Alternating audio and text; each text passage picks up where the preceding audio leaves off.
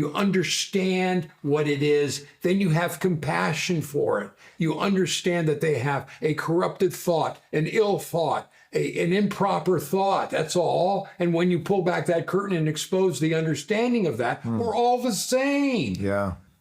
Understanding, you get to understand that it's a shadow, people. They're not who they are. And then you have compassion for them. Wow.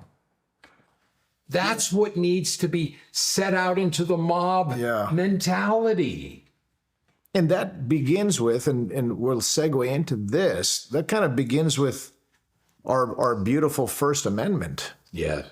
Jordan Peterson said something really profound that just hit me between the eyes. He says, we're all Hitlers. Yes. We're all Hitlers. Yes. And I'm like, what the hell does that mean? You think those guys working for Hitler, when they said, go close the caboose, close the thing so the gas can, do you think those guys said, well, I don't know, boss, I was thinking,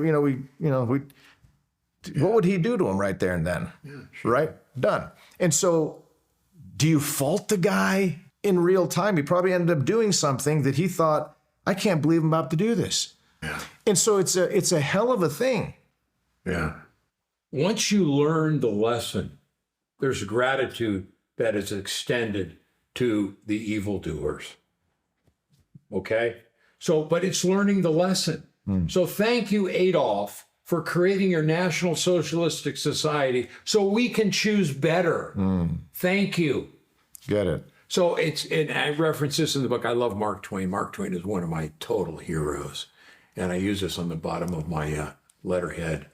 It ain't what you don't know that gets you into trouble. It's what you know for certain. It just ain't so. That just ain't so. Yeah. That's a great quote. So he has, and I have a little footnote in here about Satan. He says, of all the people and for 2,000 years that we've prayed for, Satan has never received our prayers, and he's the one who needs them the most. So that's kind of like the Hitler. Interesting. And when you learn the lesson, when you understand through understanding, you have compassion and you can have gratitude. Thank you for playing the role we gave you so well. Now we know not to do it. Now people they may get exercised about the fact, well, what are you thanking Hitler for? Well, that's not. It's the lesson behind it. Yeah. It's the message that he said, the error, the corrupted thought that he led. Yes. When you get that, when Toto pulls back the curtain of that, you're exposed to the understanding. You can have compassion for those people, for all of them, the victims and the victimizers. The victimizers are in as much pain as the victim. I know that sounds kind of crazy, but in the universe, there's magnetic balance of everything. So the victim we can understand the horrible pain of the victim, but we don't look at the victim. They're in a bunch of horrible pain also, and they're not treating it properly in a healthy way. It's a corrupted way. Understanding comes first. Understanding the shadow world. Understanding that we don't want to be healed. Understanding that we want the projection to be put on the cave wall so we can have our shadows fight each other. That's not who we are. Yeah. Go back. Understand it's from the original source. It's like light going through a prism. Yeah. And it gets dispersed. We're all part of the same source. Yeah. It's the fallacy of form. Plato in the cave. You think your shadows, well, this is a white shadow, that's a black shadow, and this is a green shadow, right? All the specifics. Focus on the specifics of the shadows on the wall, and you will guarantee not get the lesson. Guaranteed. And you will repeat the same lesson called for over and over again. Over and over. Guaranteed, 100%. That I'll put money on. Wow. All the money I got, I'll put that on it, because that's exactly what's going to happen. Well, I hope this awakens some people. For starters, this book gets people thinking. I actually read it again here, and I'm going, wow. There's a lot that's packed. I look at this as kind of a roadmap. Get some understanding of what it is that's happening to you, and then we can start to learn the next step. It's kind of like when we were talking about AI, and we're talking about autonomous driving, right? And it's like you have the perception phase. Like, here's what all the things are. Okay, that's a stop sign. That's this. That's an intersection. That's a red light.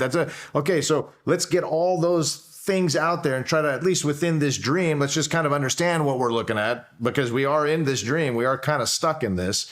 And let's try to make a better plan for how we're coping with these things. How do we cope with that? So there'll be another evolution of this book called Pathway to Awakening. So I kind of talk about Pathway to Awakening. Pathway to Awakening. But it'll be Pathway to Awakening, the fallacy of form. And Awesome. as long as we are directed at form as the cause, Yeah.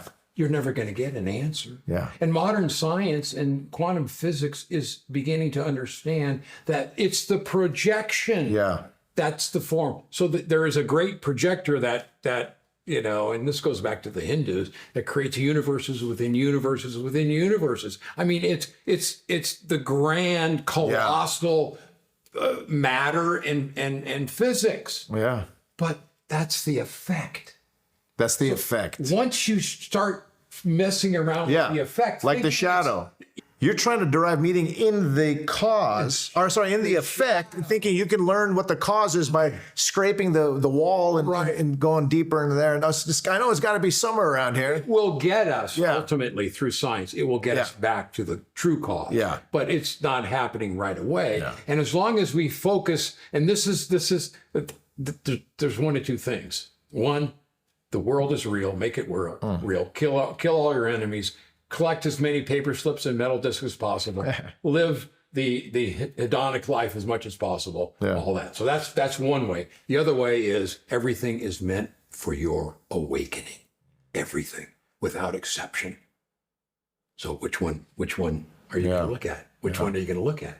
So part of the book is to trigger people, maybe as an irritant, to go, well, maybe all the shadow thing isn't right. We can go change the shadows. Let's dress them up differently. And have you ever seen a little kid run away from its shadow? So she said, he starts saying, oh my God, make him.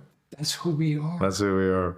We're running away from the shadow. We think the shadow is real. Oh, it's going to hurt us. It's all fear-based. And so the awakening is just, it's not fighting against it.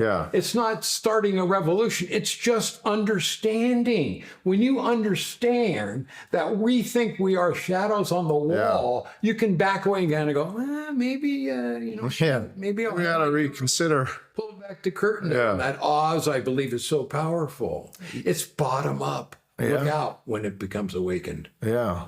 You were talking about technology and science, and as that starts to kind of show us the way, right? There's an experiment that we ran that shot two beams through two slits and made two patterns as long as you were looking at it. Or you even had a device recording it, it was happening. But if you didn't look at it and you came back later and saw, well, what was the result of what happened while I was gone, you've got this interference pattern on the back. Some light, some dark, light, dark. As just like a wave, right? They cancel each other out in certain parts. But so now it's a wave. So wait a second. Same machine, same everything. But I'm looking at it. It does something different than when I'm not looking at it. So there's something to this whole thing. I know. There it is. It started with frickin' Plato, 500 BC. Unbelievable. Unbelievable. So